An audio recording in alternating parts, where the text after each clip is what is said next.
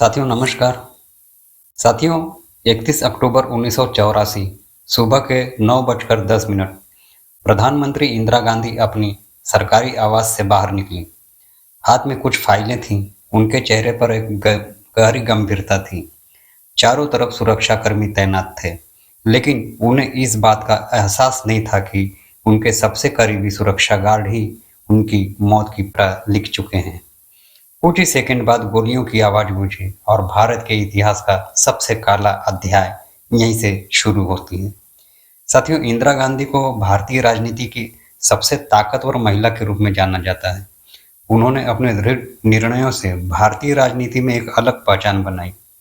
उनकी छवि एक सख्त लेकिन करिश्माई नेता की थी। 1971 के भारत पाक युद्ध में उन्होंने पाकिस्तान को विभाजित कर बांग्लादेश का निर्माण करवाया, जिससे उनकी लोकप्रियता चरम पर पहुंच गई। लेकिन यह सफर इतना आसान भी नहीं था। इंदिरा गांधी के शासन का सबसे विवादास्पद दौर था 1975 का आपातकाल। साथियों, 12 जून 1975 को इलाहाबाद हाई कोर्ट ने उनके चुनाव को अवैध ठहरा दिया। उनके सामने दो रास्ते थे, या तो प्रधानमंत्री पद से इस्तीफा दें या फिर सत्ता बचाने के लिए कठोर कदम उठाए। उन्होंने दूसरा रास्ता चुना। 25 जून 1975 उन्होंने देश में आपातकाल लागू कर दिया। प्रेस की आज़ादी छीन गई, विपक्षी नेताओं को जेल में डाल दिया गया और देश पर एक अघोषित तानाशाही लागू हो गई। जनता को यह एहसास होने लगा कि लोकतंत्र खतरे में है। विरोध बढ़ने लगा और आखिरकार 1977 में उन्हें चुनाव हारना पड़ा। लेकिन इंदिरा गांधी इतनी आसानी से हार मानने वालों में से नहीं थी। 1980 में वे फिर सत्ता में लौट आई। खालिस्तान आंदोलन और ऑपरेशन ब्लू स्टार 1980 के दशक में पंजाब में अलगाववादी आंदोलन अपने चरम पर था। संत जरनैल सिंह भिंडरावाले खालिस्तान आंदोलन के केंद्र में थे। उन्होंने अमृतसर के स्वर्ण मंदिर को अपने मुख्यालय के रूप में बना लिया था। इंदिरा गांधी के लिए एक चुनौती थी। उन्होंने इसे भारतीय संप्रभुता के खिलाफ खतरा माना और सेना को कार्रवाई का आदेश दिया। जून 1984 में भारतीय सेना ने ऑपरेशन ब्लू स्टार चलाया। टैंकों और तोपों से हमला हुआ। स्वर्ण मंदिर को भारी क्षति पहुंची।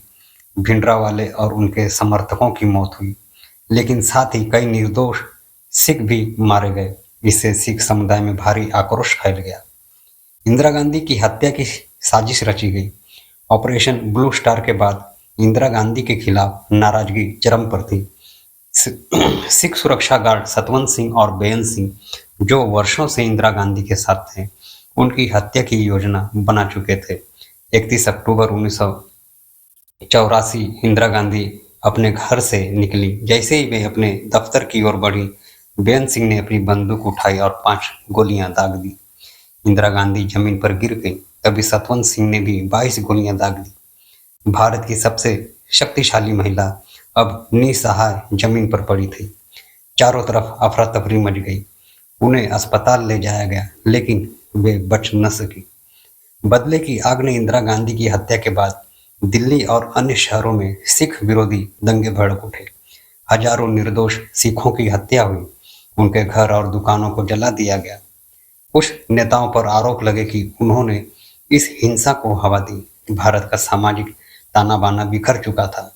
इंदिरा गांधी की विरासत, और क्या होता अगर इंदिरा गांधी की मृत्यु के बाद उनके बेटे राजीव गांधी प्रधानमंत्री बने। लेकिन सवाल उठता है, क्या होता अगर इंदिरा गांधी मारी न जाती? क्या वे खालिस्तान आंदोलन को और कठोरता से दबाने के लिए कोई और कदम उठाती? क्या भारत की राजनीति आज अलग होती? इंदिरा गांधी की हत्या को देखते हुए सुरक्षा प्रोटोकॉल में बदलाव किया गया।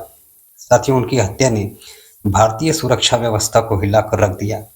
प्रधानमंत्री की सुरक्षा को और मजबूत किया गया। एसपीजी को ज्यादा शक्तिशाली बनाया गया।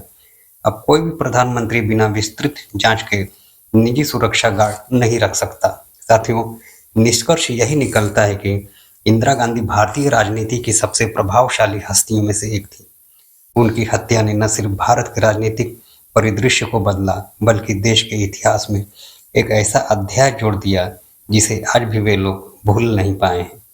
साथियों, तो क्या इंदिरा गांधी की मौत को टाला जा सकता था? क्या उनकी नीतियां भारत के लिए सही थी? आपके विचार क्या हैं? वीडियो अच्छा लगे तो लाइक करें, शेयर करें और चैनल को सब्सक्राइब करना न भूलें। आपकी राय क्या है? क्या इंदिरा गांधी की हत्या को रोका जा सकता था? हमें कमेंट में बताइए। धन्यवाद।